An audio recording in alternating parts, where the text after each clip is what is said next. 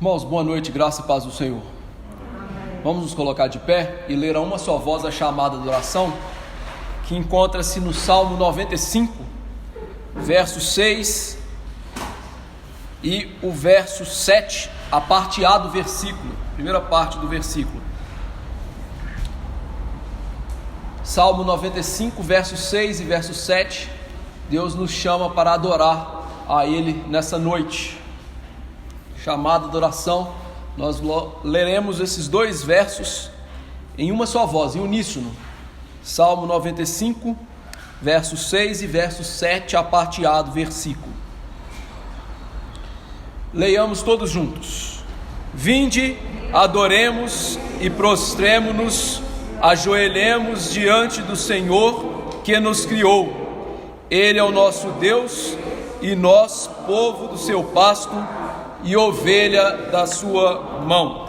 Oremos invocando o nome de Deus. Senhor Deus, Rei da glória, Senhor dos altos céus, nós nos achegamos ao trono da tua graça espiritualmente nesse momento, por meio de Jesus Cristo, o Rei da glória, o único e vivo caminho, o único mediador entre ti, ó Pai, Deus excelso, e nós, homens pecadores. Fazemos isso com singeleza no coração, porque sabemos que tu és um Deus santo, mas também com alegria, porque celebramos nesse dia a redenção, a ressurreição de Cristo, vencendo a morte, o poder dela e o seu grilhão. Louvado seja o teu nome. Sendo assim, com corações imbuídos para cultuar o Senhor, suplicamos que tu recebas o culto neste momento, ó Deus, que ele lhe seja agradável e que também seja agradável aos corações regenerados nessa noite. Pedimos que o Senhor fale conosco pelas Escrituras, nos edifique pela leitura e pelo cantar delas, que o Senhor escute as nossas orações, receba o sacrifício de louvor dos nossos lábios nessa noite. E por fim, imploramos o perdão e imploramos que o Senhor seja propício a esses pecadores tão carentes da tua graça. É em Jesus Cristo que oramos. Amém. Adoremos a Deus pela redenção plena em Cristo. Ainda de pé, abramos a palavra em Apocalipse capítulo 20. Nós vamos ler de maneira alternada, do verso 1 ao verso 8, Apocalipse capítulo 20, verso 1 até... Desculpe, irmãos, Apocalipse 21, verso 1 ao verso 8. Apocalipse 21, verso 1 ao verso 8. Livro das Revelações, capítulo 21, verso 1 ao verso 8. Nós vamos ler de maneira alternada esse trecho que fala da plena redenção que temos e da morada de Cristo conosco. Diz assim: Vi novo céu e nova terra, pois o primeiro céu e a primeira terra passaram, e o mar já não existe. Vi também a cidade santa, a nova Jerusalém, descer do céu, da parte de Deus, ataviada como noiva adornada para seu esposo. Então ouvi grande voz vinda do trono dizendo: Eis o tabernáculo de Deus com os homens, Deus habitará com eles, eles serão povos de Deus, e Deus mesmo estará com eles. E lhes enxugará dos olhos toda lágrima, e a morte já não existirá, já não haverá luto, nem pranto, nem dor, porque as primeiras coisas passaram. E aquele que está sentado no trono disse: Eis que faço novas todas as coisas, e acrescentou: Escreve, porque estas palavras são fiéis e verdadeiras. Diz-me ainda, tudo está feito, eu sou o Alfa e o Ômega, o princípio e o fim. Eu, para quem tem sede, darei graça da fonte da água da vida. O vencedor herdará estas coisas, e eu lhe serei Deus, e ele me será filho. Quando porém aos covardes, aos rebeldes, aos abomináveis, aos assassinos, aos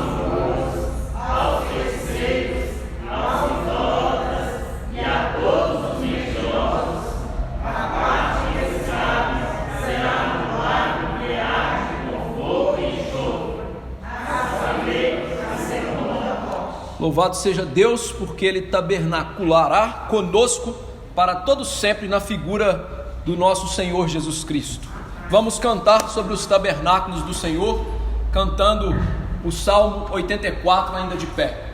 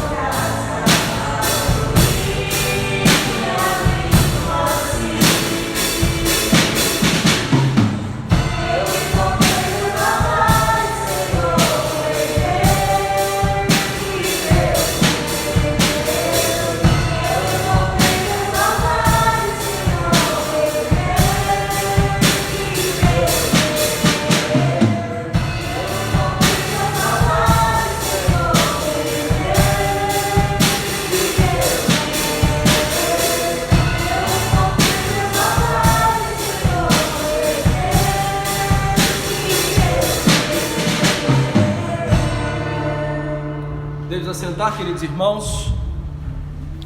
Vamos confessar a Deus o pecado da idolatria do nosso coração. Abramos a palavra no livro do profeta Ezequiel. Livro do profeta Ezequiel, capítulo 14, verso 1 ao 11. Nós vamos fazer leitura alternada desse trecho. Livro do profeta Ezequiel, capítulo 14, verso 1 ao 11, confessando a idolatria ainda presente no nosso coração. Livro do profeta Ezequiel, capítulo 14, verso 1 ao verso 11, leitura que nós faremos de maneira alternada. Assim diz a sagrada palavra do Senhor. Então vieram ter comigo alguns dos anciãos de Israel e se assentaram diante de mim.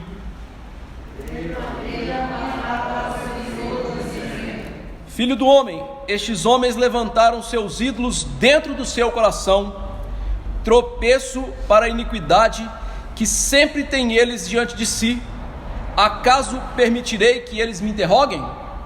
Portanto, fala com eles e diz-lhes: assim diz o Senhor Deus, qualquer homem da casa de Israel que levantar os seus ídolos dentro do seu coração e queimar o começo para a sua iniquidade, e vier o profeta, eu, o Senhor, vindo ele, e responderei segundo a multidão dos seus ídolos, para que eu possa apanhar a casa de Israel no seu próprio coração, porquanto todos se apartaram de mim, para seguirem os seus ídolos. Portanto, diz a casa de Israel: assim diz o Senhor Deus, convertei-vos e apartai-vos dos vossos ídolos, e dai as costas a todas as vossas abominações. Porque qualquer homem da casa de Israel, ou dos estrangeiros que moram em Israel, que se alienar de mim, e levantar os seus ídolos dentro do seu coração, e tiver tal tropeço para a iniquidade, e vier ao profeta para me consultar por meio dele, a esse eu, o Senhor, responderei por mim mesmo. Voltarei o rosto contra tal homem, e o farei sinal ao velho, e eliminarei no meio do meu povo, e sabereis que eu sou o Senhor. Se o profeta for enganado e falar alguma coisa, fui eu, o Senhor, que enganei esse profeta. Estenderei a mão contra ele e o eliminarei do meio do meu povo de Israel. Vamos levar sobre si a sua iniquidade.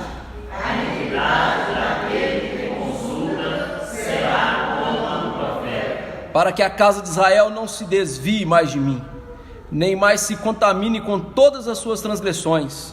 Então, diz o Senhor Deus, eles serão meu povo e eu serei o seu Deus. Esse texto é de onde Calvino tirou a ideia de que o coração humano é uma fábrica de ídolos. A idolatria muitas vezes não acontece externamente, mas está no nosso coração, na cobiça, nos nossos pensamentos, naqueles pecados que não vêm à tona, não vêm fora de nós, mas estão enraigados no nosso coração. E nesse momento nós vamos confessá-los em oração silenciosa, e depois de alguns instantes eu peço ao nosso irmão Bruno se coloque de pé e confesse os pecados por todos nós. Oremos silenciosamente confessando os nossos pecados.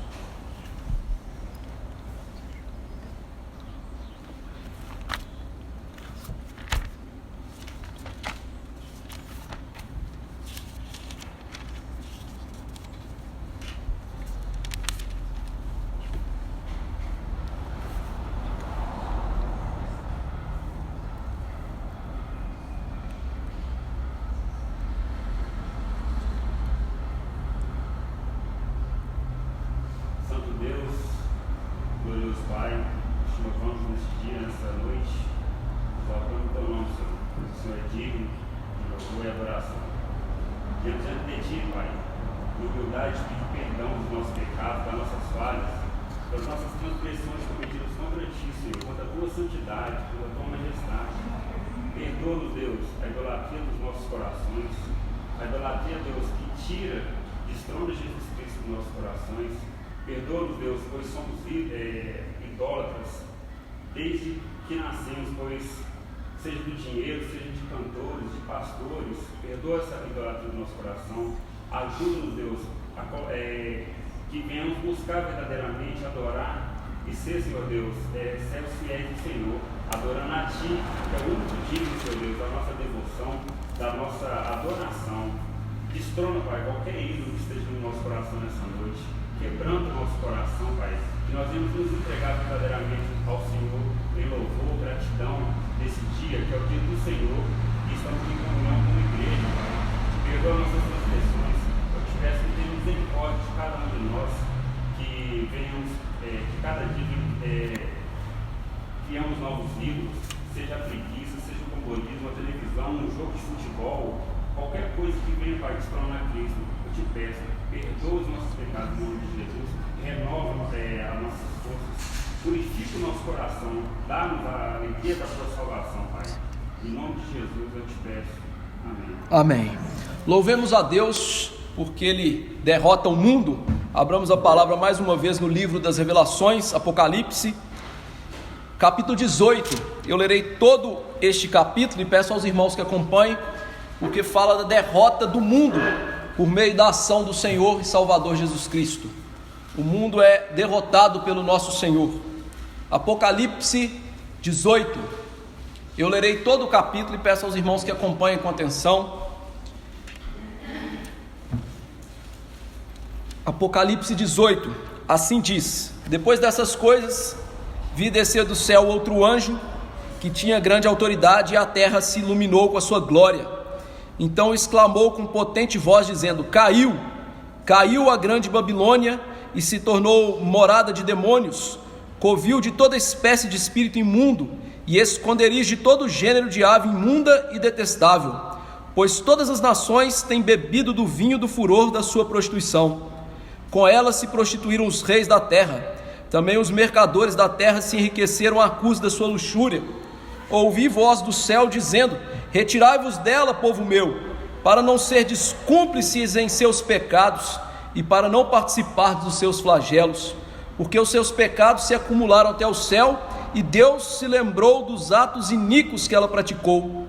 Dai-lhe em retribuição, como também ela retribuiu. Pagai-lhe em dobro segundo as suas obras, e no cálice em que ela misturou bebidas, misturai dobrado para ela. O quanto a si mesmo se glorificou e viveu em luxúria, dai-lhe em igual medida tormento e pranto, porque diz consigo mesma: estou sentada como rainha, viúva não sou, portanto nunca hei de ver, pranto nunca hei de ver. Por isso, em um só dia sobrevirão seus flagelos, morte, pranto e fome, e será consumida no fogo, porque poderoso é o Senhor Deus que a julgou. Ora, chorarão e se lamentarão sobre ela os reis da terra, que com ela se prostituíram e viveram em luxúria, quando virem a fumaceira do seu incêndio, e conservando-se de longe pelo medo do seu tormento, dizem: ai, ai, tu grande cidade Babilônia, tu poderosa cidade, pois em uma só hora chegou o teu juízo. E sobre ela choram e planteiam os mercadores da terra, porque já ninguém compra a sua mercadoria de ouro, de prata, de pedras preciosas, de pérolas, de linho finíssimo, de púrpura, de seda, de escarlata e toda espécie de madeira odorífera, todo gênero de objeto de marfim, toda qualidade de móvel de madeira preciosíssima, de bronze, de ferro e de mármore, e canela de cheiro, especiarias, incenso, unguento, bálsamo, vinho, azeite, flor de farinha, trigo, gado e ovelhas, e de cavalos, de carros, de escravos e até de almas humanas. O fruto sazonado que a tua alma tanto apeteceu se apartou de ti, e para ti se extinguiu tudo que é delicado e esplêndido, e nunca jamais serão achados. Os mercadores dessas coisas, que por meio dela se enriqueceram, conservar-se-ão de longe, pelo medo de seu tormento, chorando e pranteando, dizendo: ai, ai da grande cidade que estava vestido de linho finíssimo, de púrpura, de escarlata, adornada de ouro e de pedras preciosas e de pérolas, porque em uma só hora ficou devastada a tamanha riqueza. E todo piloto e todo aquele que navega livremente, marinheiros, e quantos labutam no mar, conservaram-se de longe. Então, vendo a fumaceira do seu incêndio, gritavam: que cidade se compara à grande cidade? Lançaram pó sobre a cabeça e, chorando e pranteando, gritavam: ai, ai da grande cidade, na qual se enriqueceram todos os que possuíam navios no mar, à custa da sua opulência, porque em uma só hora foi devastada. Exaltai sobre ela, ó céus, e vós, santos, apóstolos e profetas, porque Deus contra ela julgou a vossa causa. Então um anjo forte levantou com uma grande pedra de moinho, e arrojou-a para dentro do mar, dizendo: assim com ímpeto será arrojada a Babilônia, a grande cidade, e nunca mais será achada. E voz de arpistas, de músicos, de tocadores de flautas e de clarins jamais em ti se ouvirá, nem artífice algum de qualquer arte jamais em ti se achará, e nunca jamais em ti se ouvirá ruído de pedra de moinho. Também jamais em ti brilhará a luz de candeia, nem voz de noivo ou de noiva, jamais em ti se ouvirá, pois os teus mercadores foram os grandes da terra, porque todas as nações foram seduzidas pela tua feitiçaria, e nela se achou o sangue dos profetas, de santos e de todos que foram mortos sobre a terra. esse longo capítulo ensina a derrota do mundo, através da profecia da derrota de Roma. Aquela época, Roma era chamada de Babilônia, como Pedro nos ensina nas suas cartas. Ele diz que ele escreve da Babilônia, ou seja, de Roma. Mas a queda de Roma apontava para a queda do mundo, quando o Senhor Jesus Cristo derrotar este mundo maligno que derramou o sangue, não só do Senhor, mas dos seus santos que perseveraram junto a Ele. Isso é motivo de louvor, que Deus vai extirpar todo o mal, vai extirpar todo aquele pecador que não se arrepende. Louvado seja Deus por isso. E qual é a diferença nossa para eles? A vida com Cristo. Então vamos nos levantar e cantar sobre isso, a vida com Cristo, com o hino 110. E aqueles que vieram preparados poderão lançar dízimos e ofertas no gasofilácio. Vamos cantar o hino 110, que fala da vida com Cristo, e aqueles que vieram preparados poderão lançar dízimos e ofertas no gasofilácio.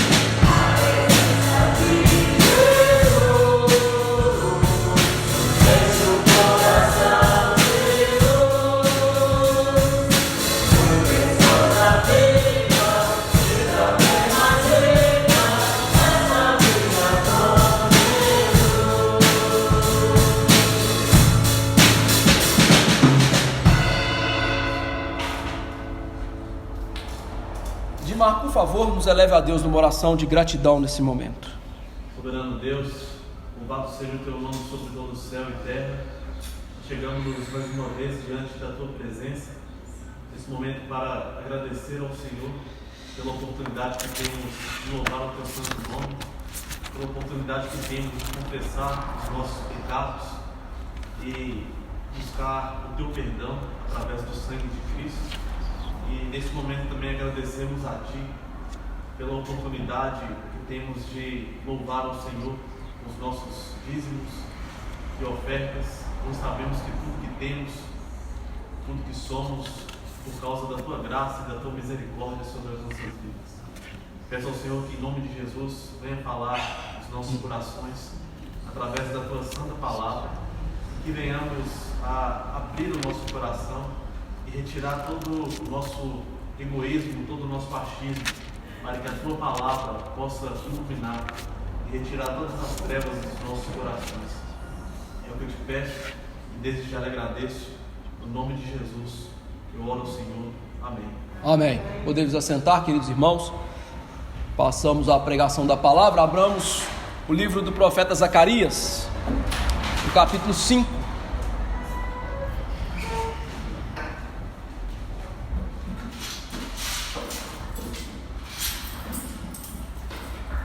Livro do profeta Zacarias, capítulo 5.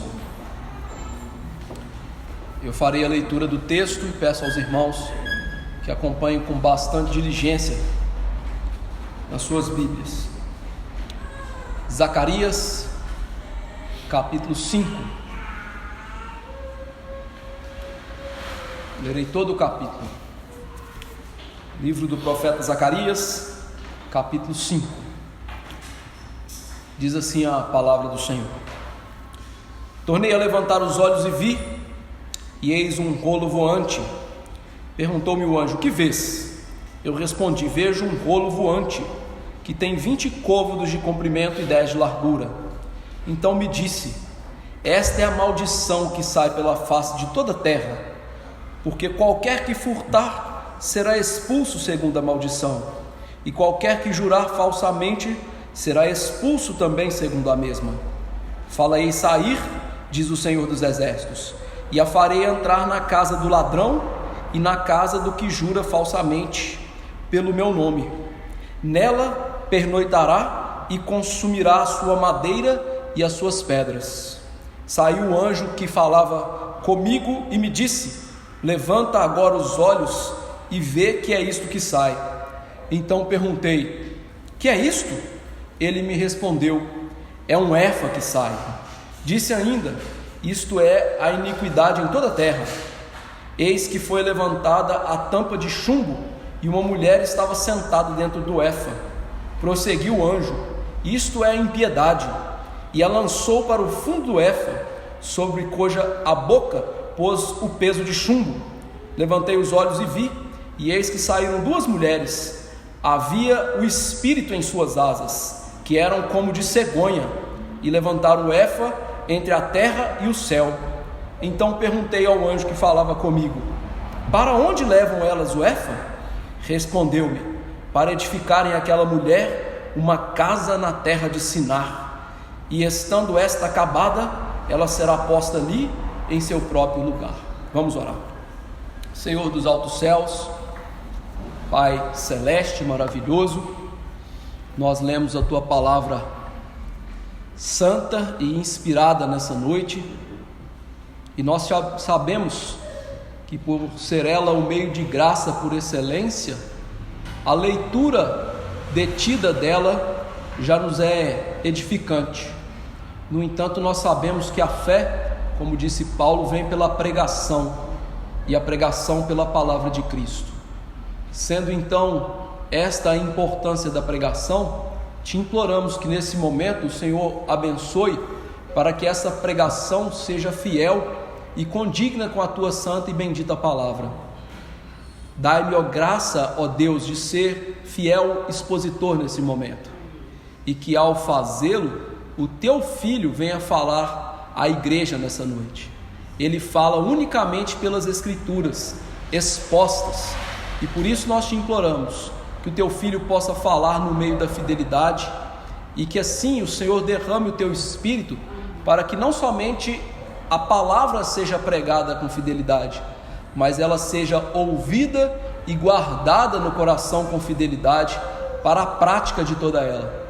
Ajude-nos, ó Deus, a entender este texto enigmático dessa noite, mas com uma mensagem tão importante para o teu povo.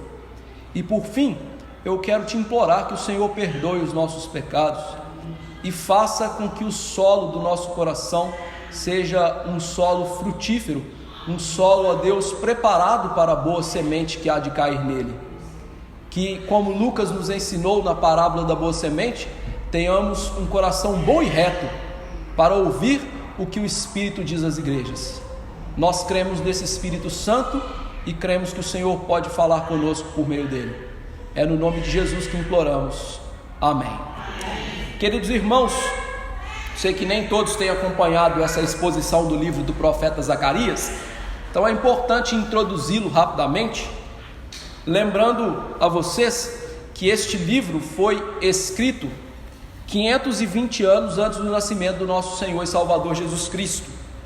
Era um momento difícil do povo de Israel, em que depois de ter passado 70 anos no cativeiro da Babilônia, lugar onde Deus os desterrou para a punição dos seus pecados, agora eles estão voltando por causa das promessas de Deus de trazê-los novamente para a terra.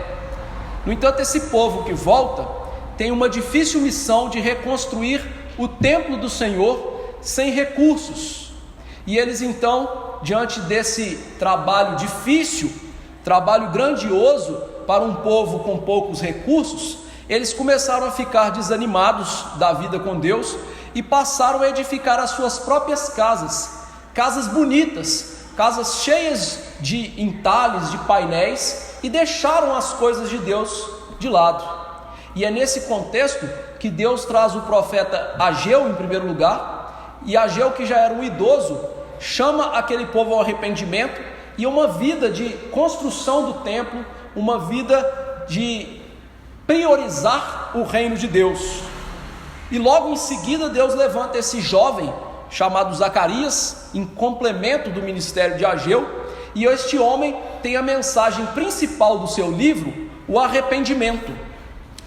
Nós vimos que do capítulo 2 em diante, este homem está tendo visões que Deus deu a ele, 8 visões numa noite, visões que têm as promessas do Evangelho.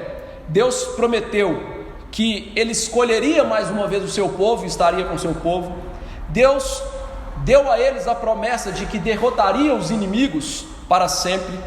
Deus disse que multiplicaria o seu povo, e não só multiplicaria, mas colocaria os gentios para fazer parte do povo.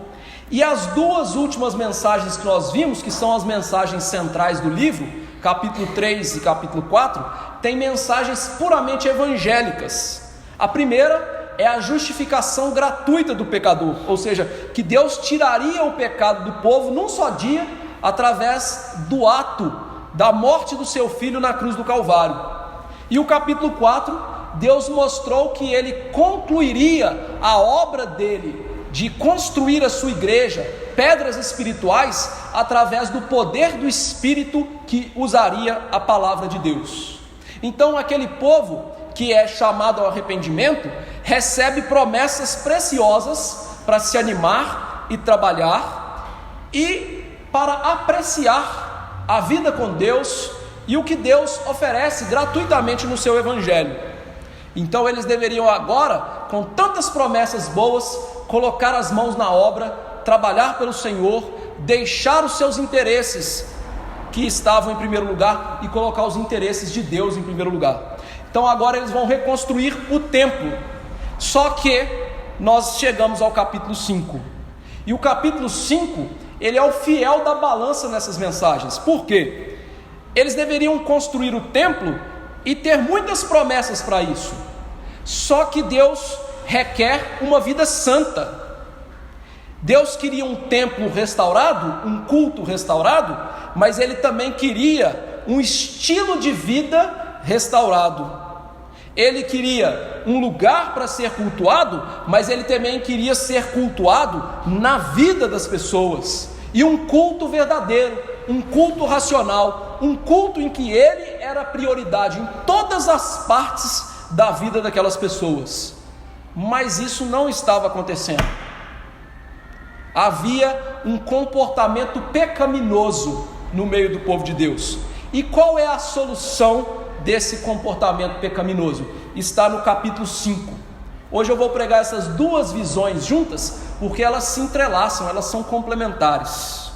Então, o que este texto vai nos ensinar? Essas duas visões no capítulo 5, a sexta e a sétima visão que o profeta recebe, que Deus iria erradicar o impenitente do meio do seu povo, ou seja, aquele que não se arrepende, e ele também tiraria o mal de todo o seu povo no fim dos tempos, ou seja, na conclusão da sua obra. Deus ia tirar aqueles que não se arrependem, e Deus ia por fim tirar todo o mal do meio do seu povo.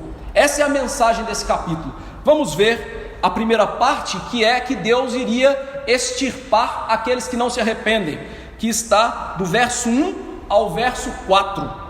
Deus vai tirar do seu povo aqueles que não se arrependem, aqueles que não mudam de vida. E veja que é curioso como Deus ensina esta verdade. O profeta levanta os olhos mais uma vez, e nós sabemos que ele está fazendo isso constantemente, porque a mensagem está mexendo com seu coração e fazendo abaixar a cabeça. E agora ele mais uma vez levanta os olhos e ele vê um rolo voante. O rolo aqui, naquela época, eram os pergaminhos que eram enrolados para a escrita da palavra de Deus. Se você é um bom leitor da Bíblia, você vai se lembrar que Jesus Cristo certa vez entrou na sinagoga de Nazaré e deram a ele o rolo do livro de Isaías. Ou seja, a Bíblia naquela época era escrita em rolo, e as pessoas iam desenrolando aquele rolo para ler, enrolando de novo, e assim a leitura se dava. A Bíblia não era em páginas como nós temos, eram em rolos, e os rolos dos diversos livros. E aqui o profeta vê rolos como os rolos das Escrituras. No entanto, esse rolo que ele vê é bem incomum, porque diz que ele tem 20 côvados de comprimento e 10 de largura. E esse tamanho é colossal, são 9 metros de comprimento e 4,5 de largura. Ou seja, uma coisa inusitada: imagine que você esteja ali na rua e você veja um rolo gigante voando, um rolo de quase 10 metros. Seria algo espantoso, não é mesmo? Mas esse rolo que voa de 9 metros por 4,5, e esse número que está aqui não é por acaso, ele tem uma mensagem lindíssima, porque 9 metros por 4,5 era o tamanho do santo lugar no templo. Ou seja, aquele rolo das Escrituras era do tamanho do lugar santo lá no templo. E com isso Deus queria ensinar para eles algo precioso. Ele está ligando a sua palavra ao templo, ao culto. Ele está ligando a sua palavra como padrão de santidade exigido por Deus para entrar no templo. Isso significa então que a lei de Deus, a palavra de Deus, ela tem consigo o caráter santo de Deus, um caráter santo que exige de nós então uma vida santa e um culto santo. Essa era a mensagem que Deus estava dando para eles ali de maneira simbólica. E veja que esse rolo é tão grande que ele é desta maneira para que ninguém pudesse alegar ignorância. Ou seja, ninguém pudesse dizer assim: eu não estou sabendo das restrições da lei, eu não sei o que a lei diz. Eu sei que este é um dos princípios dos nossos dias, considerar a ignorância uma bênção, não é mesmo? Tem até um ditado que fala que a ignorância é uma bênção, mas isso é uma grande besteira. Deus disse por meio de Oséias que o seu povo perece por falta de, ou seja, por ignorância. E Deus aqui dá esta visão de um livro tão grande, de um rolo tão grande, para mostrar que nenhum do seu povo deveria ser ignorante contra o padrão do culto e da santidade que é exigido por Deus. E queridos irmãos, esta desculpa de ignorância, ela só é uma desculpa esfarrapada que nós costumamos a dar. Por quê? A palavra de Deus, em Romanos 2, 14 a 16, diz que os gentios que não têm a lei escrita de Deus, eles procedem de acordo com a lei de Deus, ora mais, outra vez menos. Por quê? Porque Deus deu uma revelação no coração de todo homem, cravando lá a norma da lei. Todo ser humano conhece a lei de Deus inatamente. Por isso, onde quer que você vá, até mesmo na cadeia, com homens vis, assassinos, lá existe um padrão de moralidade. Deixa um estrupador cair lá dentro para você ver. Eles matam. Por quê? Existe um padrão de moralidade. Todo homem tem um padrão de moralidade. Mas aqui, o povo de Deus, ele tem um padrão mais elevado. Por quê? Ele tem a lei de Deus nas suas mãos. Ele tem a palavra de Deus para vasculhar e aprender nela o requisito de santidade e de piedade. E aqui Deus então está dizendo para eles: vocês não podem alegar ignorância. Por quê? Mesmo os ignorantes, eles são julgados. Paulo diz lá em Romanos 2, 14 a 16, que eu estou citando, que os gentios vão ser julgados por Cristo na sua volta. Então não há escapatória do julgamento. E é por isso que este rolo, ele não está parado nos céus. A descrição dele é como um rolo que voa. E a expressão no hebraico, um rolo que voa, dá a entender o voo de um pássaro, de uma águia, de um abutre, de animais que vêm e matam, arrebatam as suas presas. O que Deus estava mostrando: vocês não têm como escapar do padrão santo da minha lei. Ainda que vocês tentem escusar, e vocês digam que a lei não é necessário ser vivida e ser trazida para si, não tem como excusar-se dela. Os pecados vão ser encontrados. A punição devida será dada de acordo com a lei. E é isso que a lei faz. A lei, ela pune o pecado e ela avulta o pecado nas nossas vidas. Paulo diz lá em Romanos 3, 19 e 20, que o que Deus diz na sua lei é para que toda boca se cale e todos nós sejamos culpáveis perante de Deus e entendamos que não podemos nos justificar por aquilo que fazemos e nem pela ignorância que temos em relação aos padrões de Deus. Em Romanos 7, 7, ele diz que pela lei vem o conhecimento do pecado. Ele diz: se a lei não dissesse não cobiçarás, eu não entenderia que cobiçar era um pecado tão ofensivo diante de Deus. E aqui nós temos a lei de Deus voando sobre o seu povo. Por quê? Um povo que quebrava a aliança com Deus, um povo que estava recebendo das promessas de Deus, mas não queria viver de acordo com a santidade que Deus exige. E queridos irmãos, não se engane, em todos os tempos Deus salvou pessoas e as chamou para viver em santidade. Lembre-se do que Deus disse para Abraão: anda na minha presença e sê. Deus tira o povo do Egito e lhe dá a lei e diz: sede santos como eu. E Jesus repete isso no Sermão do Monte em Mateus 5,48, mostrando que o padrão de santidade sempre foi a exigência de Deus, e sempre foi o normal viver em santidade e descobrir o pecado por meio da lei, e se não houver arrependimento, receber a punição da lei pelos nossos pecados.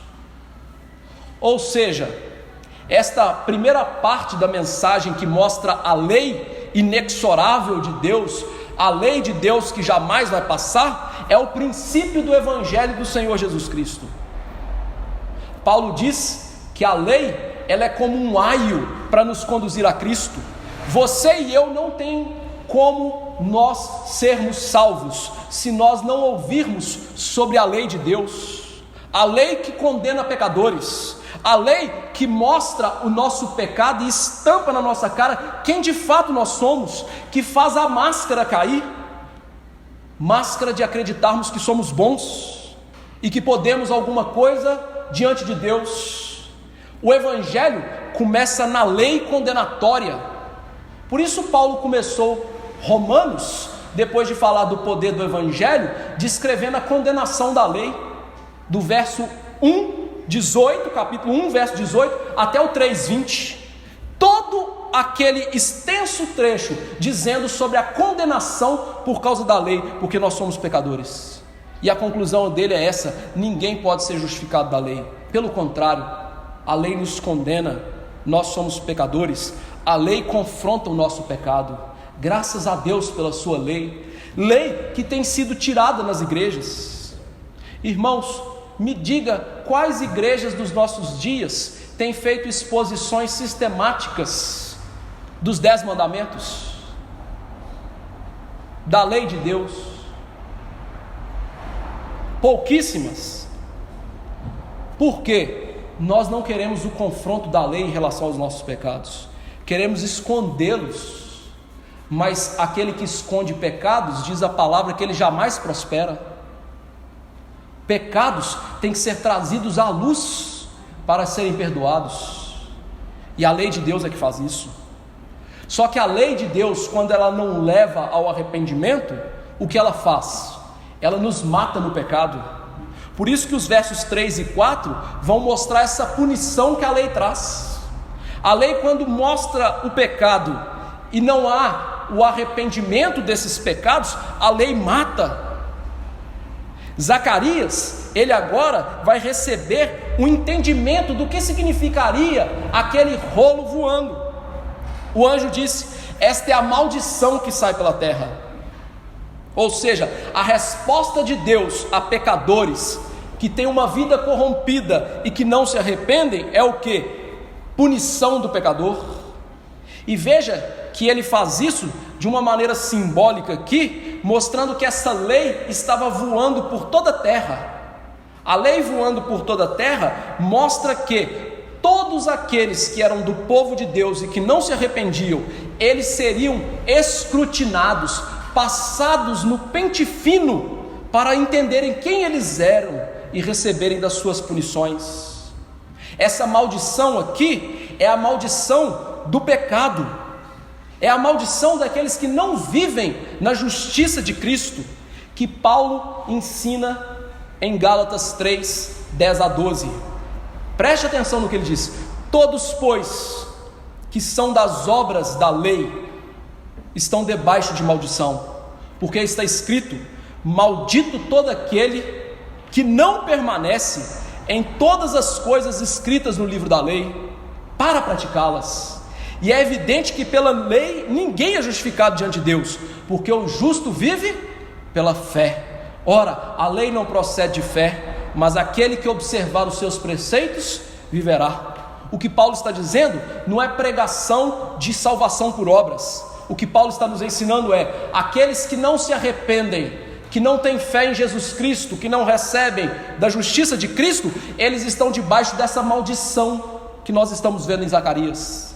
A maldição pronunciada lá no Éden. Qual é a punição? Aquele que pecar, morrerá. A punição de Deus para o pecado da desobediência era: se comer do fruto, vai morrer. Se pecar, vai morrer. E é esta a maldição que paira sobre todos os seres humanos quando eles nascem. Todos nós nascemos malditos de Deus, pecadores, entregues ao pecado e debaixo da maldição da lei, esperando a sentença de morte. Mas há uma solução: o justo vive pela fé. O justo entende isso, que ele é pecador e que a punição está vindo sobre ele, a ira eterna de Deus um dia vai recair sobre si, e de lá ele não pode mais sair, e ele então recorre à misericórdia e à graça de Jesus Cristo, e agarra no Senhor, se humilha diante do Senhor como um pecador, como aquele publicano disse, diante do templo, do santo lugar: sê propício a mim, pecador. E veja que essa maldição aqui, ela está sobre o povo de Deus que não se arrepende. E é interessante que ela faz um contraste. No capítulo 4, Deus diz que os seus olhos passam pela terra. E agora o que passa pela terra? A maldição passa pela terra. Maldição para quem? Para os impenitentes. Eles são descritos aqui como aquele que furta e aquele que jura falsamente pelo nome de Deus. E é interessante o profeta falar desta maneira, porque aqui, nesses dois pecados, estão representados as duas tábuas da lei. Os 4 primeiros mandamentos, que referem ao nosso relacionamento exclusivo com Deus, e os 6 últimos mandamentos, que referem ao nosso relacionamento com Deus por meio do próximo. O juramento falso aqui é uma quebra do 3º mandamento, em que Deus diz: não tomarei por inocente aquele que tomar o meu nome em vão. E aquele que furtar é uma quebra do 8º mandamento.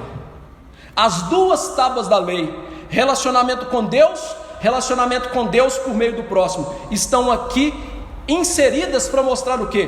Deus puniria qualquer tipo de pecado em relação à sua lei, pecados não arrependidos. E a forma como o texto é escrito ensina que estas pessoas que estão aqui debaixo da maldição e vão receber da punição de Deus, o pecado que está sobre elas, ou seja, a punição do pecado, elas são pessoas que vivem uma vida pecaminosa. Não é uma pessoa que conta uma mentira aqui e outra acolá. Não é uma pessoa que furta no seu coração, ainda que jamais tenha furtado com as suas mãos. São pessoas que vivem no pecado sem arrependimento, têm o pecado como um estilo de vida. São aqueles que não tiveram um novo nascimento para uma vida santa com Deus, e eles então recebem a punição, o salário. Qual é o salário? O salário do pecado é a morte. Romanos 6:23. E veja, irmãos, que confronto é esse que Deus está dando?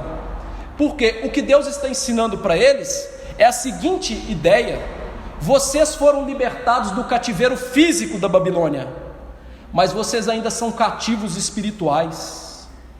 Vocês ainda estão dentro do verdadeiro cativeiro humano, uma prisão que não dá para se ver, sem paredes, sem grades, sem cadeias aparentes, uma prisão que nós já nascemos nela, a prisão do pecado, a prisão de uma vida entregue aos prazeres mundanos, uma vida em que o luxo, a luxúria, a regalação, ou seja, a vida regalada está em primeiro lugar, e não a vida com Deus, em que o culto, a santidade, a palavra, as orações, os meios de graça são secundários. É esse tipo de vista que está sendo mostrado aqui, ou seja, pessoas que aparentemente são crentes, mas que têm inclinação pecaminosa no coração, e eles jamais as deixam. E veja que Deus então mostra-se implacável diante disso. Ele diz que a maldição vai sair e vai entrar nas casas dessas pessoas, mostrando uma coisa, irmãos, que deveria fazer com que tivéssemos calafrio na espinha, mostrando a noção de que a palavra de Deus, ela é descrita na Bíblia como aquela que traz vida, mas a palavra de Deus, ela é descrita na Bíblia como aquela que mata também. Se você hoje está aqui hoje com um coração empedernido, com uma vida de pecados oculto e que você não deixa, e se você não se arrepende e não cai diante do Senhor como o Salvador da sua vida, você vai ser julgado e morto por essa palavra. Não só uma morte física, mas eterna, o que é pior, o salário do pecado. A palavra de Deus, ela é poderosa para salvar e para matar, porque ela sonda corações. E a palavra de Deus, ela pune pecadores que os líderes não conseguem punir. Aquele tipo de gente na comunidade da fé que tem os seus pecados ocultos e que eles estão lá no seu coração e na vida privada e nós não sabemos, mas lá vai a maldição, lá vai a palavra de Deus que é inescapável, ou seja, nós não podemos escapar dela, e lá Deus pune o pecador. Esta mensagem, ela contradiz as mensagens falsas dos nossos dias, que diz que Deus não pune pecadores, que Deus ama todos e salva todos. Vocês conhecem João 3,16 de cor, não já? Você já viu como termina o capítulo 3 de João, verso 36, eu vou ler para você. Por isso, quem crê no Filho tem a vida eterna. Ou seja, quem crê no Senhor como Salvador e vive com Ele como Salvador tem a vida eterna. O que todavia se mantém rebelde contra o Filho, ou seja, aquelas pessoas que podem até dizer que creem em Jesus, mas são rebeldes pelas suas práticas, não verá a vida. Sobre ele permanece a ira de Deus. Se permanece é porque já está debaixo da ira de Deus. Deus está irado contra os pecadores que não se arrependem, e Ele vai punir os pecadores que não se arrependem, independentemente se eles assentam nos bancos das igrejas, como estes aqui se assentavam ao redor do templo ou não. E veja que Deus é tão sábio que Ele deu um dito proverbial ao seu povo para ensinar sobre essa verdade. Provérbios 3:33 diz: a maldição do Senhor habita na casa do perverso. Habita, não sai de lá. Porém a morada dos justos Ele abençoa. E aqui Deus descreve então a maldição como ficando a noite inteira consumindo madeira e pedra. O que significa isso? Que a punição para o pecador que não se arrepende é completa, que não tem como escapar e não tem como remediar, que o tempo de arrependimento passou e agora só resta juízo, e um juízo que acaba com tudo, que não tem como se safar dele. Sabe o que significa isso? Deus está pregando sobre o inferno no Antigo Testamento. Está mostrando para eles a mensagem que Jesus disse, que aqueles que não se arrependem vão para um lugar onde o fogo não apaga e o verme não morre, uma maldição que consome para sempre.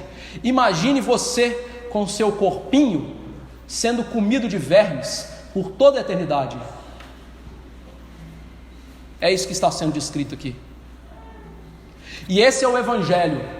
O Evangelho aponta a lei, o pecado, e ela aponta a maldição da lei, a morte eterna para aqueles que não se arrependem. Essa é a mensagem que está em falta nos nossos dias, mensagem que fala contra o pecado, mensagem que nos mostra quem nós somos, e que nós devemos obedecer a Deus em tudo, e que isso mostra a nossa salvação.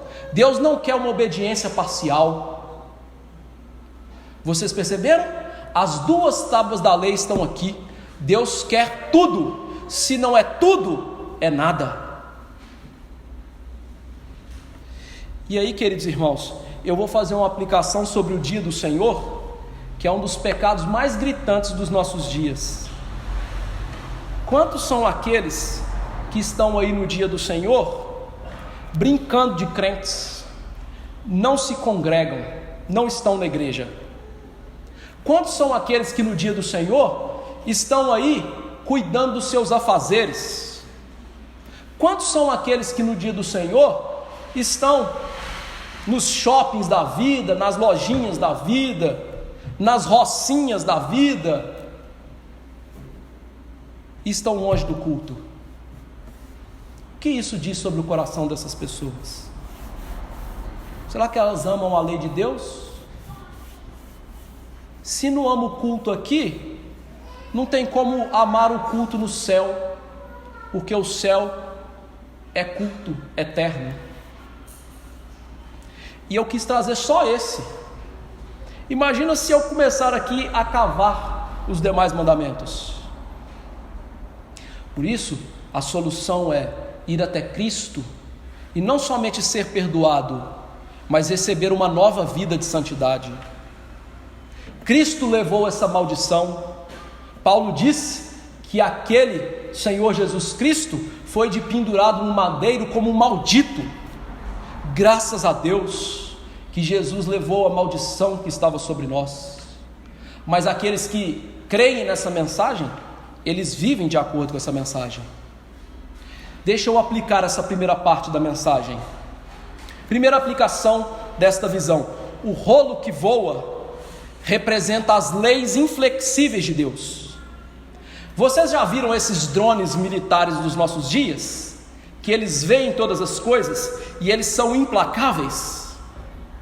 A lei de Deus é assim, como um drone militar. Ela vê todas as coisas e ela é implacável, e ela detecta tudo o que está no nosso coração. Isso faz com que todos nós sejamos responsáveis diante de Deus, do maior ao menor, e todos nós estaremos sujeitos ao juízo de Deus na volta de Cristo. A questão é: qual será a nossa sentença? Lembre-se, Deus não faz acepção de pessoas. Não importa se você nasceu na igreja, se você viveu a vida inteira na igreja, se você nunca se arrependeu e nunca viveu de acordo com a lei, está debaixo da maldição e vai receber a morte eterna. Segunda aplicação: a palavra de Deus, ela não somente chama pecadores ao arrependimento, como ela está aqui ensejando em nós hoje, mas ela também pune aqueles que não se arrependem. No Evangelho, a graça e juízo andam de mãos dadas. Lembre-se que Jesus disse sobre Corazim, Betsaida e outras cidades que não se arrependeram.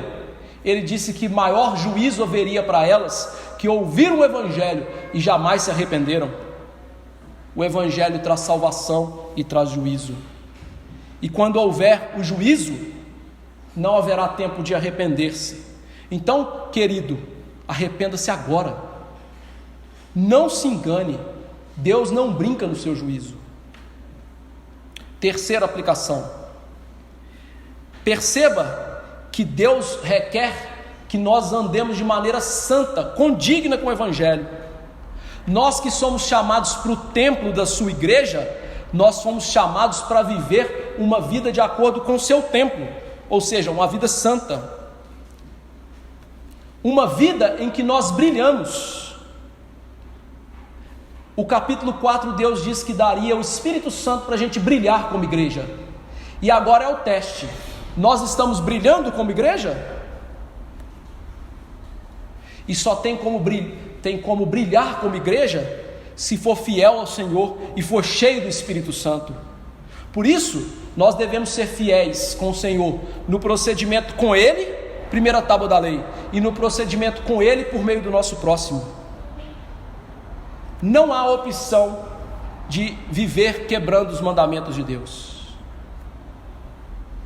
Quarta aplicação: se nós somos verdadeiramente crentes, nós vivemos uma vida que agrada a Deus, uma vida que não gloria-se em si mesmo, uma vida que tem a glória, a maldição que caiu em Cristo Jesus. A glória do crente é a cruz. Aquele que não conheceu o pecado, Deus o fez pecado por nós, para que fôssemos feitos justiça de Deus. Se é assim, reflitamos a luz de Cristo, vivendo segundo a santidade de Cristo. Nós devemos ser imitadores de Jesus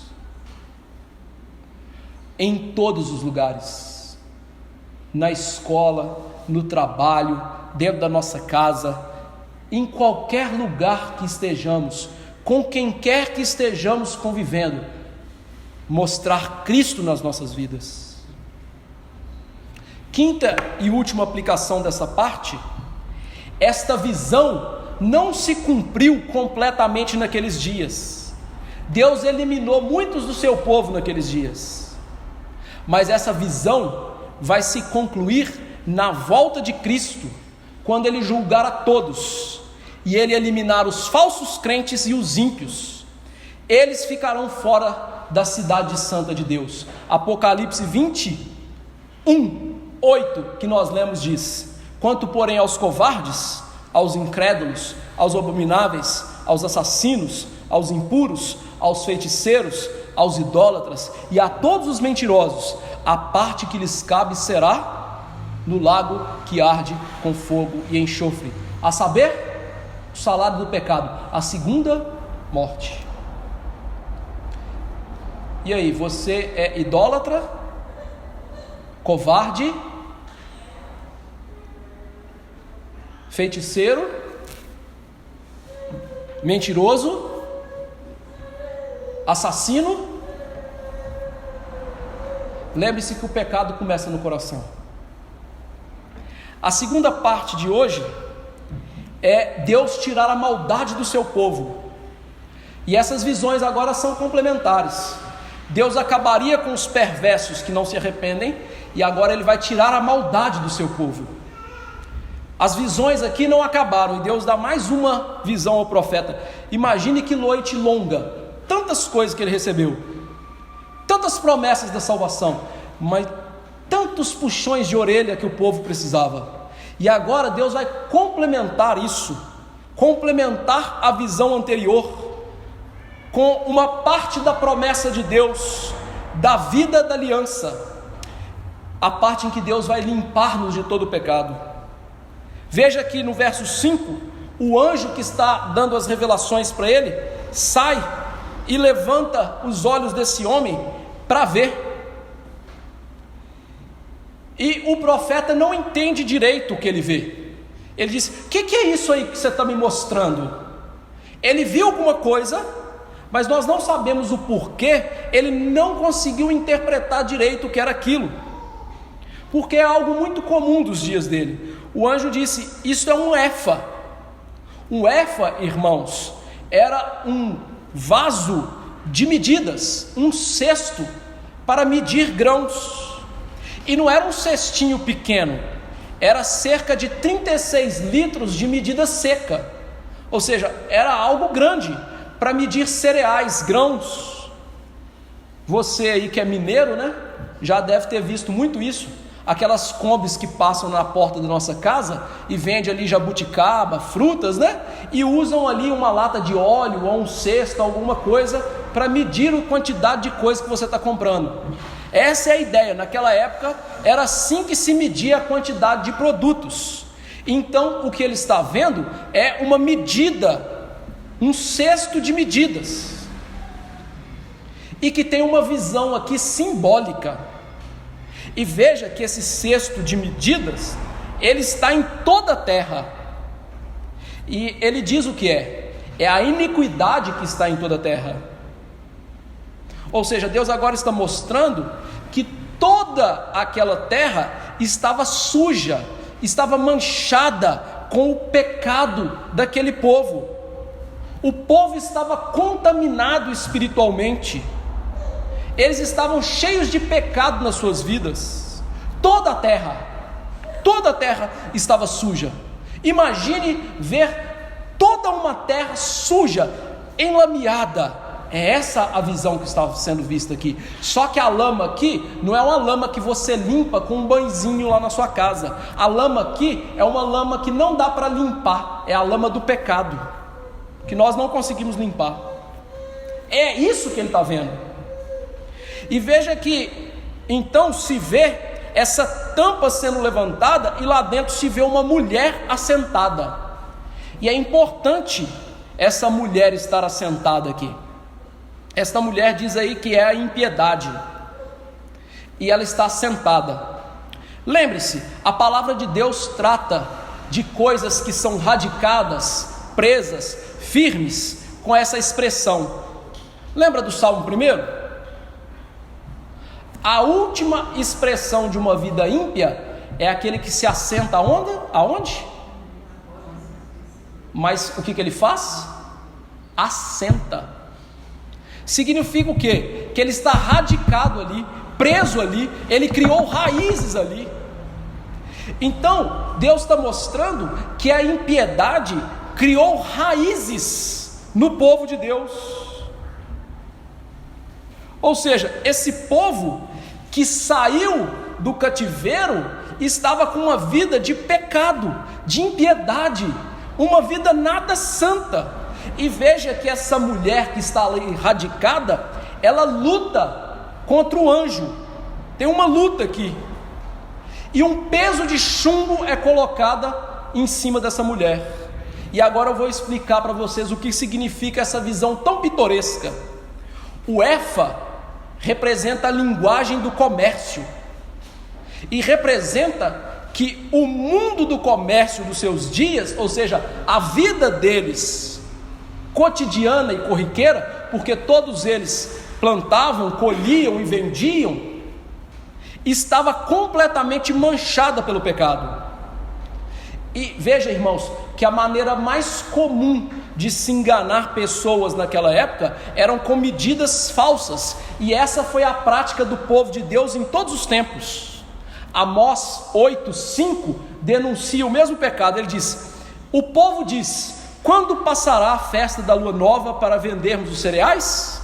E o sábado para abrirmos os celeiros de trigo, diminuindo o efa e aumentando o ciclo, e procedendo dolosamente com balanças enganadoras, para comprar dos pobres e os necessitados por um par de sandálias, e vendermos a pior parte da colheita? Ou seja, o povo de Deus sempre fez isso, teve uma vida ímpia nos seus negócios, ímpia nos seus trabalhos, no dia a dia. E você já deve ter visto isso, né? Se você comprou jabuticaba na lata aí, você sabe que tem muitos engraçadinhos que afundavam a lata embaixo assim para cima, né? E cabia menos jabuticaba. Então você pagava o total e levava menos. É isso que está sendo visto aqui. Um povo engraçadinho, ladrões. E veja que isso está ligado à visão anterior que nós vimos, porque o desonesto e o que jura falsamente é esse que está aqui roubando das pessoas através dos negócios.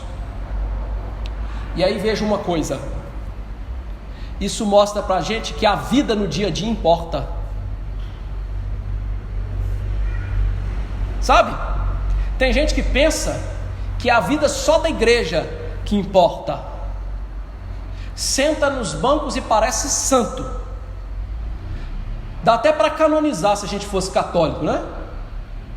Mas o dia a dia, cheio de pecados, uma vida ímpia, uma vida de ateísmo prático, em que Deus não faz parte da sua vida em nada, em que Ele faz tudo para levar vantagem, para crescer com dinheiro, gananciosamente, e que tudo que Ele visa na vida são as coisas que aqui ficam: viagens, negócios, casas, carros, lautas, né? Comida e bebida. E a vida dessa pessoa é voltada para isso. E é interessante porque a palavra que é usada para impiedade e maldade aqui significa literalmente infrações na vida civis, éticas e religiosas. Ou seja, em todas as áreas da vida havia contaminação do povo de Deus. E veja que agora esta mulher, que significa essa vida corrompida, ela quer sair dali. Por quê? Porque ela vai ser levada para longe. Então ela está lutando com um anjo para permanecer no meio do povo de Deus. Sabe como Paulo descreveu isso no Novo Testamento? O espírito milita contra a carne e a carne milita contra o... É o que está sendo visto aqui. A impiedade não quer largar a gente. A maldade nas diversas áreas da vida quer radicar, sentar no coração da gente e fazer que a gente viva no fundo do poço espiritual. Essa visão nos apresenta então que a maldade daquele povo estava colocando esse povo em risco. Por quê? Todas essas coisas que eles estavam fazendo aqui foram as coisas que levaram eles para o cativeiro.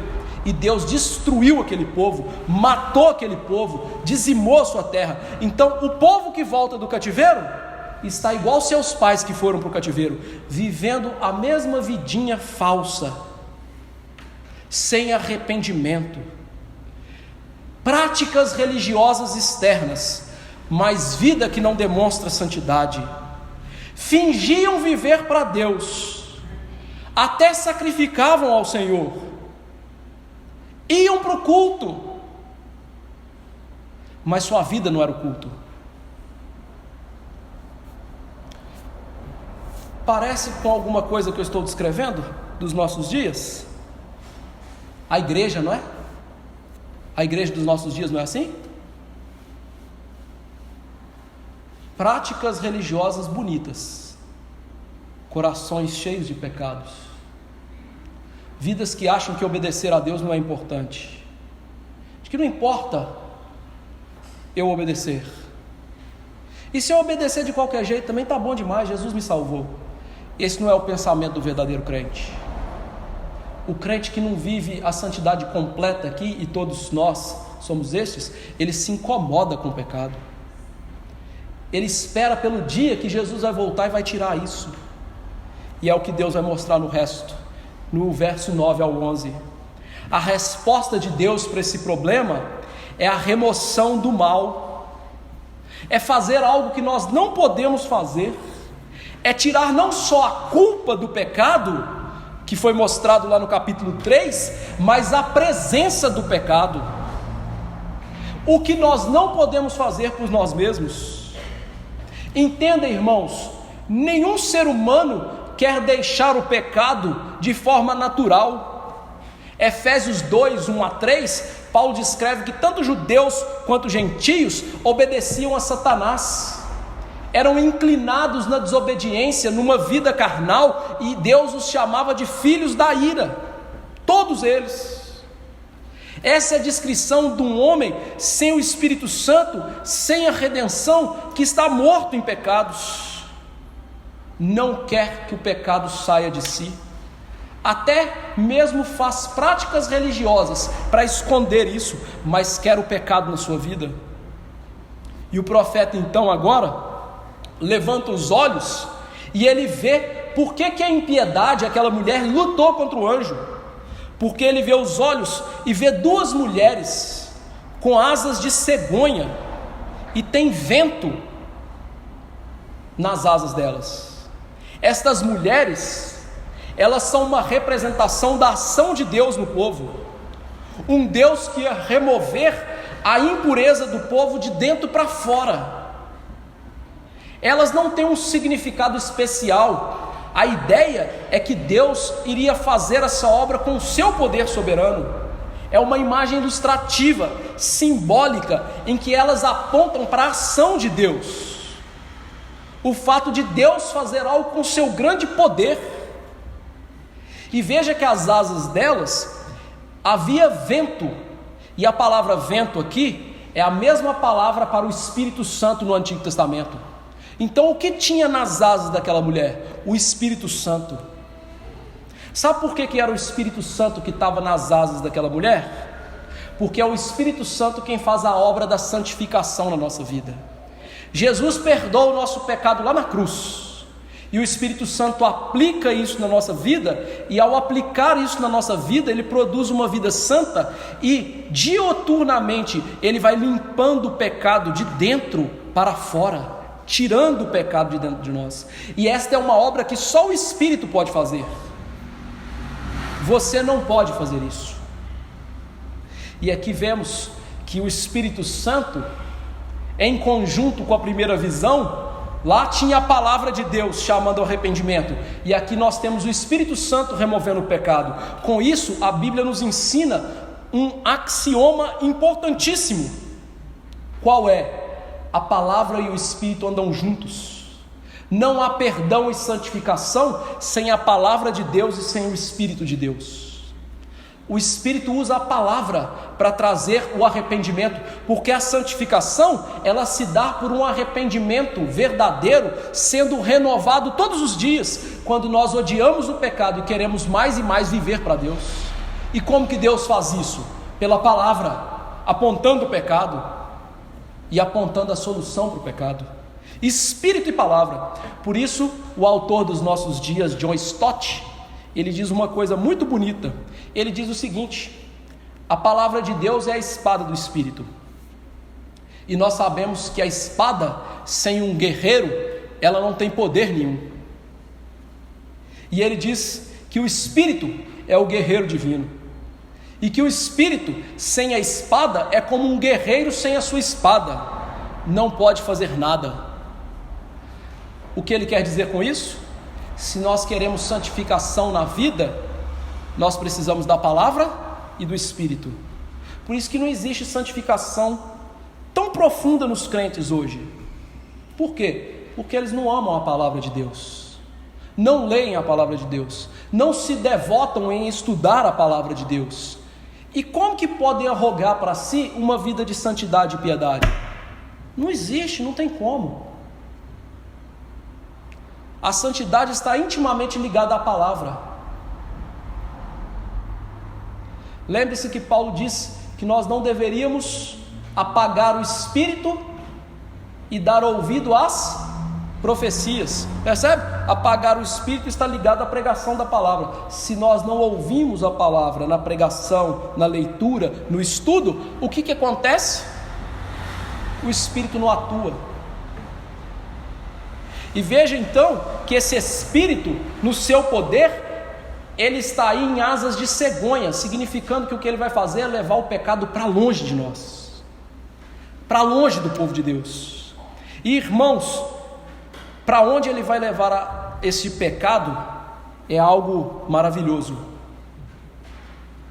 Diz aí o texto que ele vai levar o mal para a terra de Sinar. Pergunta aí de vestibular bíblico, né? Onde que fica a terra de Sinar? Sabe não? Onde foi o cativeiro? Na Babilônia, não foi?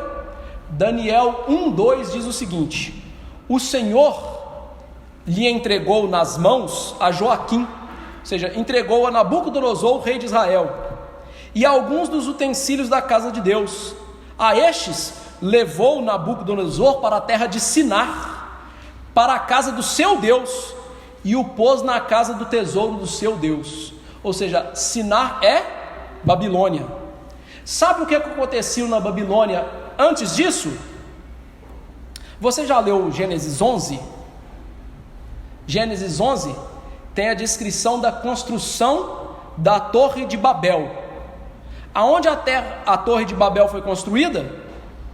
No Sinar.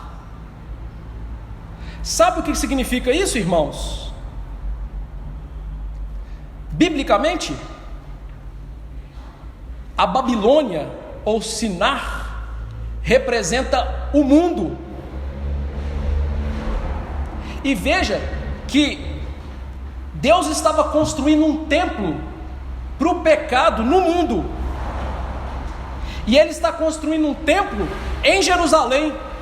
Percebeu o contraste? O contraste é o pecado, a maldade, a impiedade ficam aonde? No mundo, no reino de Satanás e das trevas, como nós lemos aqui hoje em Apocalipse 18 na nossa liturgia. E onde que fica a santidade? No templo de Jerusalém, o reino de Deus. Então o que Deus está mostrando é, o lugar de pecados é o mundo. O mundo não é esse cosmos que a gente vive. O mundo é esse sistema anti-Deus de práticas e filosofias em que muitas vezes nós aderimos.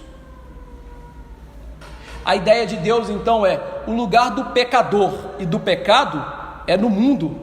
O lugar do santo e da santidade é no meio do povo de Deus.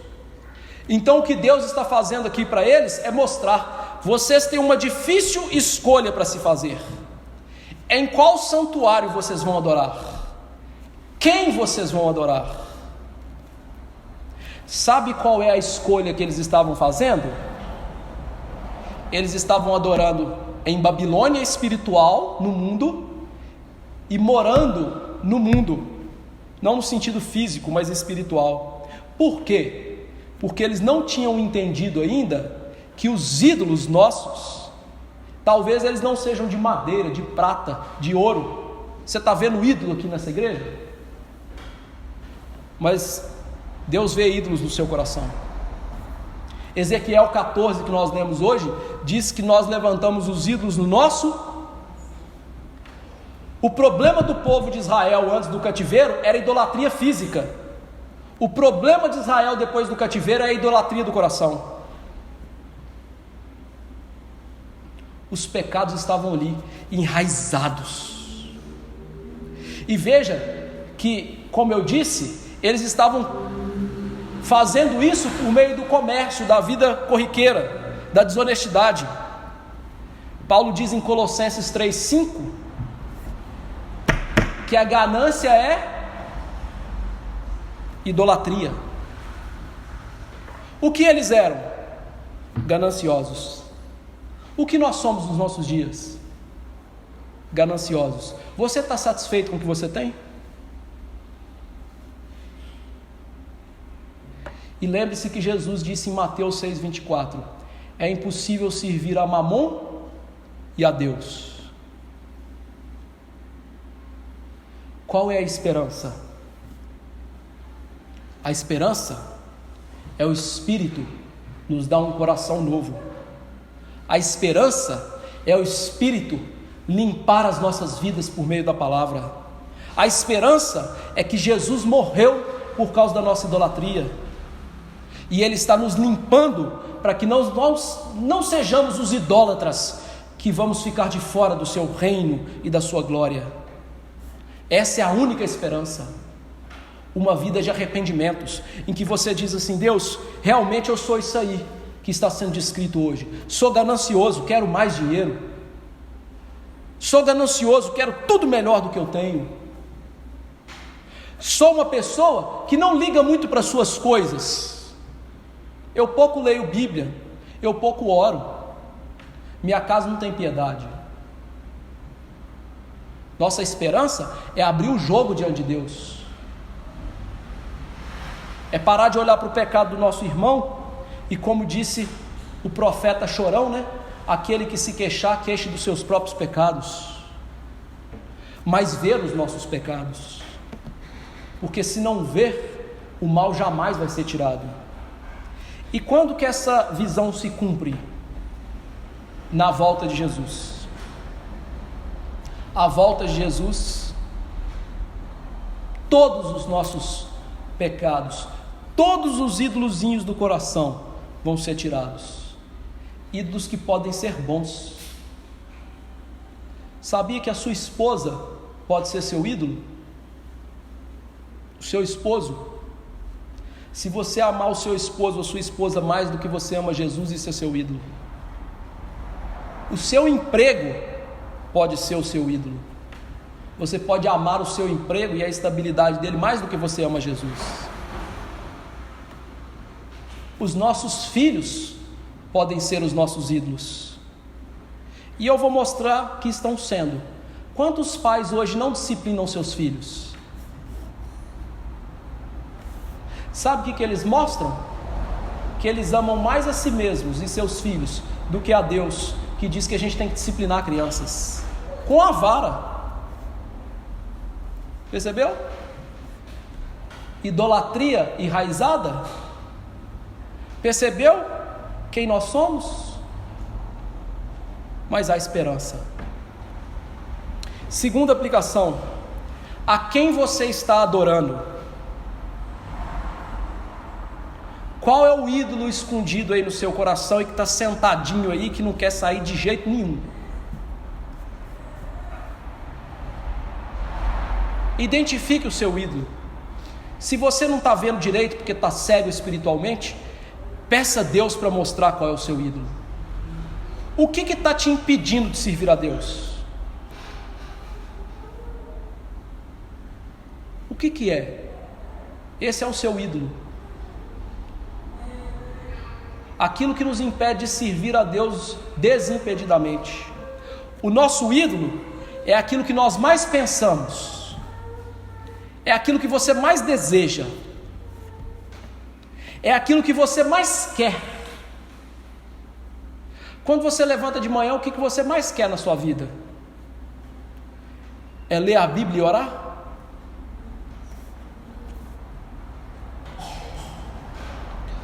Quando você dorme, o que você lembrou da obra de Deus na sua vida naquele dia?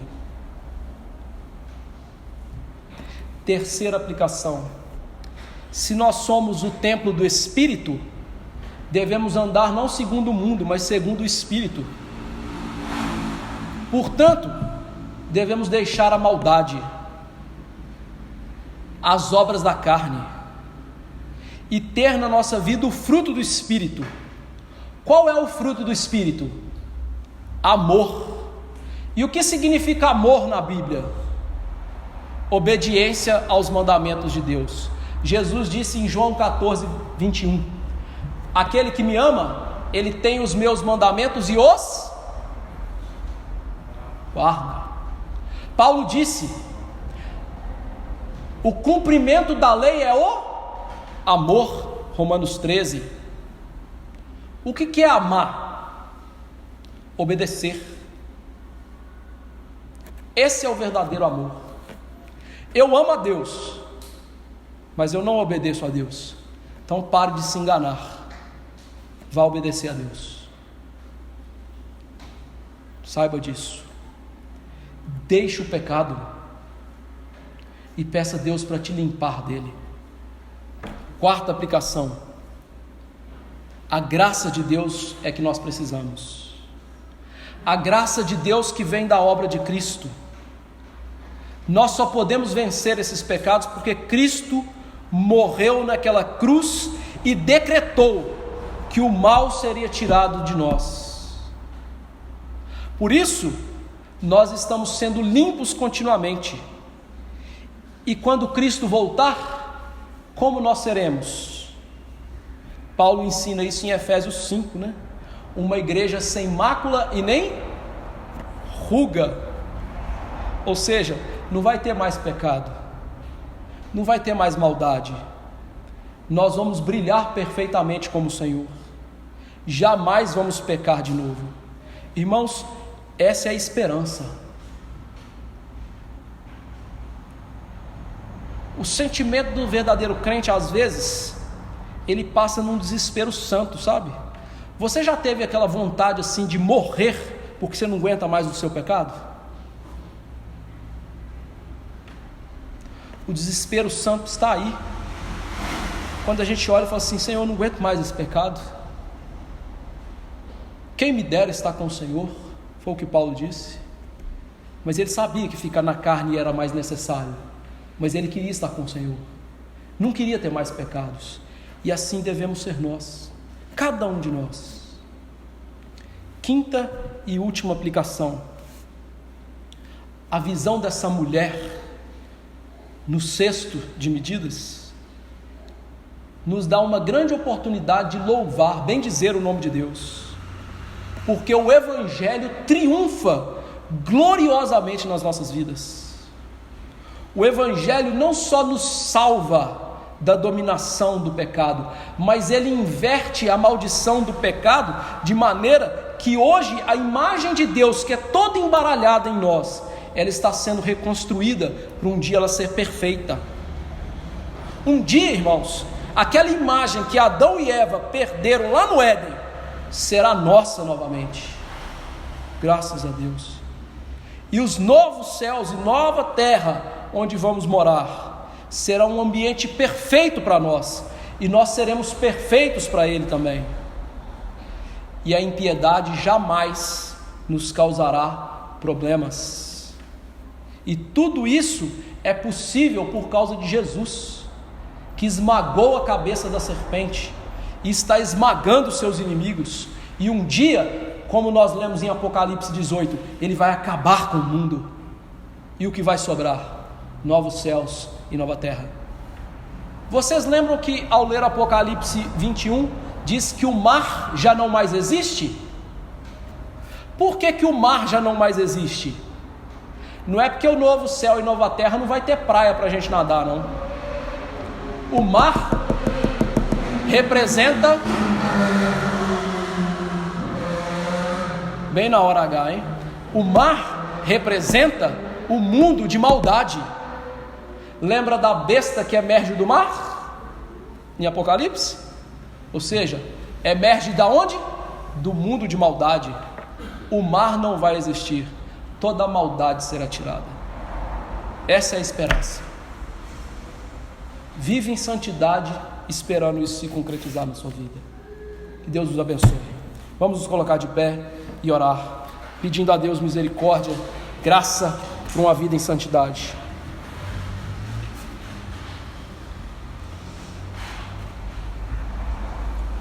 Senhor Deus, Pai bendito e celeste, Senhor dos altos céus, graças te damos pela tua palavra, graças damos, ó Deus, pela tua lei santa, que revela o teu caráter e é o padrão do julgamento do Senhor nas nossas vidas.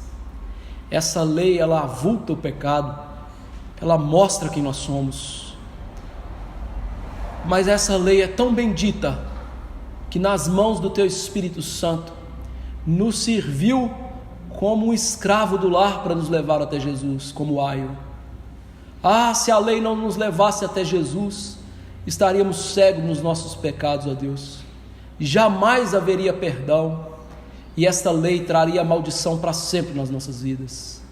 Por isso eu te agradeço, ó Deus, porque Jesus se tornou maldito por nós. Jesus levou o nosso pecado naquele madeiro, para que agora pudéssemos receber a tua justiça e viver a vida em justiça. O mesmo Senhor Jesus Cristo disse que a nossa justiça deve exceder em muito a dos escribas e fariseus, ou seja, a vida em santidade nossa tem que ser muito maior. Nós estamos falhando nisso, Senhor. Eu estou falhando nisso e o meu povo está falhando nisso. Por isso eu quero te implorar nessa noite, tenha misericórdia.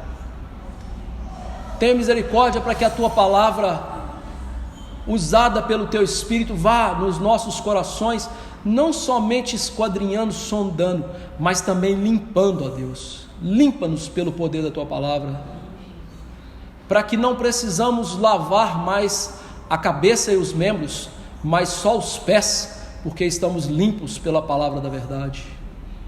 Jesus orou: santifica-nos na verdade, a tua palavra é a verdade. É isso que queremos. Santifica a minha vida, da minha família e da minha igreja, Senhor, para que sejamos uma igreja cheia do teu Espírito, cheia da tua palavra, homens, mulheres, crianças que vivem, ó Deus, no dia a dia, em todos os lugares, a palavra santa do Senhor, não para serem salvos, mas porque foram salvos para isso. Nos dê essa graça, nos dê essa bênção, Senhor. Faça-nos saudáveis, faça-nos amar as Escrituras, amar a oração, amar os sacramentos, amar o Senhor sobre todas as coisas. Tira os ídolos do nosso coração, Senhor. Dai-nos pensamentos no Cristo lá do alto, rede vivo, santo e que voltará, para que naquele dia sejamos encontrados vestidos com a veste santa do perdão e santidade, vestes resplandecentes, lavadas, alvejadas no sangue do Cordeiro. Faça isso não só nessa igreja, mas na igreja do Senhor espalhada na face da terra. Ó Senhor, quantas igrejas perdendo tempo com pregações tão pequenas, chulas, sem profundidade teológica. Quantas igrejas cantando mais do que pregando. Quantos irmãos ouvem hinos, música o dia inteiro, mas não leem a tua palavra. Tenha misericórdia, Senhor. Se o Senhor quisesse edificar a tua igreja por hino, o Senhor mandaria cantar e não pregar. Então tenha misericórdia. Ajude-nos para que saibamos dessas verdades e corramos para ela. Como diz o profeta Isaías: se eles não disserem a alva e ao testemunho, a lei e ao testemunho, jamais verão a alva. Esta é a verdade. Se nós não formos à lei e ao testemunho do Senhor e vivê-las, jamais veremos a alva da salvação. Faça isso na tua igreja. Traga espírito de avivamento e reforma nos nossos dias. É possível, o Senhor tem poder. Nós confiamos nisso. Em nome de Jesus. Amém. A graça do Senhor Jesus Cristo, o poder de Deus, o nosso Pai bendito, a consolação terna, bendita, maravilhosa do Espírito Santo, estejam com todos os eleitos do Senhor que vivem em piedade, hoje e para sempre. Amém. Podemos assentar, irmãos.